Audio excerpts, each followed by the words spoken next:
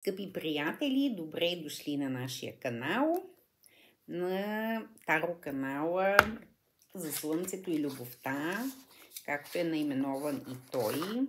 Благодаря на всички, които ни гледат канала, които го харесват видеята, споделят ги, абонират се.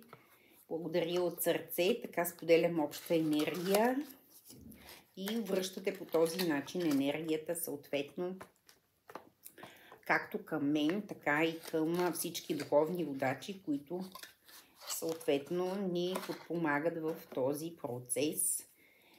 Днес правим темата какво иска да ни каже той. Какво иска да ни каже той? Ето ги двете колоди, които ще ползваме, за да ги видите, и съответно мисля и Ленормана, който също така доста ни помага в информацията, какво иска да ни каже той. Тук много често хората не си изказват определени неща, мислят си ги, не смеят, страхуват се да си ги изкажат, да не би другия да ги нарани, да не би да бъдат отхвърлени, да не би да не ги разберат правилно, да не би да стане скандал или въобще хиляди неща, или от гордост, или освен от страхове, от гордост понякога. И така много неща искаш да кажеш на другия, но не стигаш до това да кажеш. И сега искам да видим първо идентификацията на този човек, който иска да ви каже нещо, и вашата идентификация, за да можем да след това да си прецените дали съответно ще гледате видеото, дали е за вас или не е за вас. Така слагаме кутиите отстрани, за да не ни смущават. Идентификацията тук на човека, мъжът в случая, тъй като говорим за мъжът, ето на дамата те изскочиха идентификацията. И след това ще видим какво иска да ви каже този човек, тъй като и по една или друга причина не ви го казва. Ще видим какво иска да ви каже този човек. Има ли нещо да ви каже? Иска ли да ви каже нещо? Кара ли го в момента нощем да има някакви мисли, кошмари или хубави неща, които да си пожелава да сподели, които не е успял да каже, примерно, или не може да си позволи да ги каже, когато се виждате. Така че тук сега ще видим това нещо. Така, да видим доста така плахо този човек. Всъщност, ето от Ленормана доста тръгнаха карти, от другите не, но от Ленормана така доста неща виждаме, че иска да каже. А сега да видим, без да сме отворили какво иска да ви каже, да видим защо не ви ги казва. Защо не ви казва това, което иска да каже. Доста неща тръгват, не знам какви са отношенията, и то от Ленорман тръгват много неща. Сега нека да видим защо. Защо не ви ги казва, когато се виждате или когато сте се виждали, или съответно да ви покани на среща, или защо? Защо? Каква е причината? Съответно, както изброих, може да има много причини. Нека да видим днес. Таро по-малко иска да ни говори, май, така го виждам, докато Ленормана страшно много неща иска да каже. Но ние ще се доверим на тази енергия, която иска да говори. Ето така, това не иска да влезе в колодата, която значи, че защо? Защо не ви го казва това, което иска? Защо не ви го казва? Така достатъчно. Няма други да теглим. Започваме идентификацията на този човек. Мъж, каза. Тук питам директно мъж. Идентификацията. Човек обичаш, влюбен. Човека, който ви показва любовта си. Човек, който сънува кошмари, има страхове, и човека, който се опитва да бъде силен. Това е идентификацията на този мъж. Човек, който се опитва да бъде силен, да подаде ръка, да се доближи до вашите мисли. Погледнете, ето така, иска да ви докосне с мислите си. Човека, който има кошмари нощем, виждаме ги тези кошмари, нощем страхове, ето тук виждаме защо не ви казва, иска да бъде силен, но има страхове. И човека, който е влюбен и който ви обича, тъй като тук говорим за един с друг, не говорим така за други вариации. Разглеждаме вашия сюжет, човек, който е влюбен, човек, който ви обича, човек, който ви показва любовта, но човек, който иска да бъде силен, но има много страхове. Тук една много така силна идентификация излезе, вашата на дамите. Идентификация, ето студената кралица.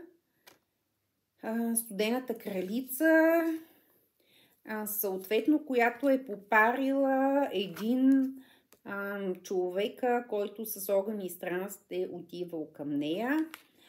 Жената, която хем е студена, но вижте как очаква. Жената, която очаква.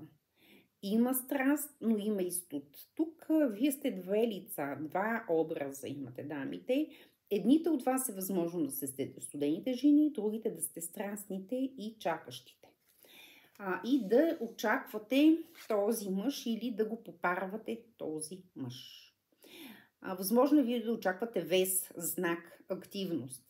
Но едните от вас да проявяват голям студ, хладина, буквално да смразяват, а пък другите хем да би трябвало да са активни, защото са принцесите жезли, а по-младите са принцесите жезли, които не действат, а очакват, а по-възрастните са по-студени жени, които също очакват вес от този човек и активност. Така. Защо не действа? Какво иска да ви кажа? Ние виждаме тук защо не действа. Както вече казах, поради страхове и желание да прояви сила. Какво иска да ви кажа? Нека да видим какво иска да ви каже. Така, какво иска да ви каже? Иска да дойде при вас, категорично, иска да ви каже, че иска да дойде при вас. Иска да ви каже, че иска котва, пристан с вас и иска да ви каже, че иска да ви даде ключ за дом. Ето го ключа за дом, за отворена врата.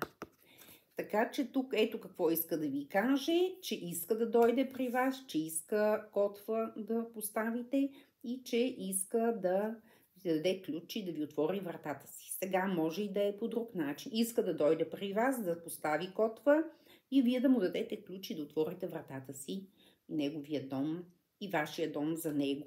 Така че или иска да дойде при вас и по-скоро тук виждаме, че иска да дойде при вас, защото виждате, че тук напуска една къща. Иска да дойде при вас, напускайки къщата, да забие котва, да забиете котва, да имате стабилни отношения, да не се пътува напред-назад и да му отворите дома си и да му дадете ключа. Така че защо не ви го казва това нещо? Защо не ви го казва това нещо? Така. Не ви го казва, защото няма мир в отношенията ви. Погледнете картата на мира. Няма мир в отношенията. Не ви го казва, защото е доста горд човек. Човека, който наистина си знае цената и се въздържа да прояви тази активност.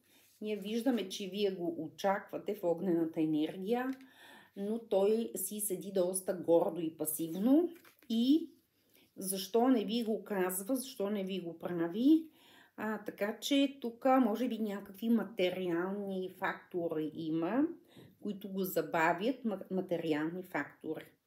В случая видяхме, че веднъж го е страх, но по-скоро този човек търси мира, търси такъв търси житейски цикъл с вас, горте и някакви, може би, финансови фактори го забавят и затова е по-бавен. Това беше видеото от мен. за темата какво иска да ви каже този човек.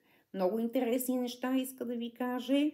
Не го прави, защото може би няма мир във вашите отношения.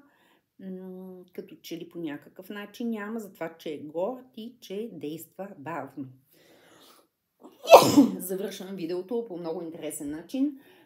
Това кихане означава, че действие, ще има действие, ще се предприема действие, нещо, което отвътре е задържал този човек. Знаете, както кихането не може да го въздържиш. Когато кашляш, означава, че не можеш да кажеш нещо, че нещо пречи, нещо задържа, а кихането означава буквално толкова силен напън, който ти не можеш да удържиш. Така че виж, тук ще видим това желание, ще го материализира този човек. На този етап не може да дойде и да ви го каже, защото е горд и очаква мирни отношения, има страхове и така материално действа бавно, но няма да може. Изведнъж ще му се наложи да дойде, да ви се обади, да ви го каже и да го направи. Няма да може да го сдържи. С това приключваме днешното видео.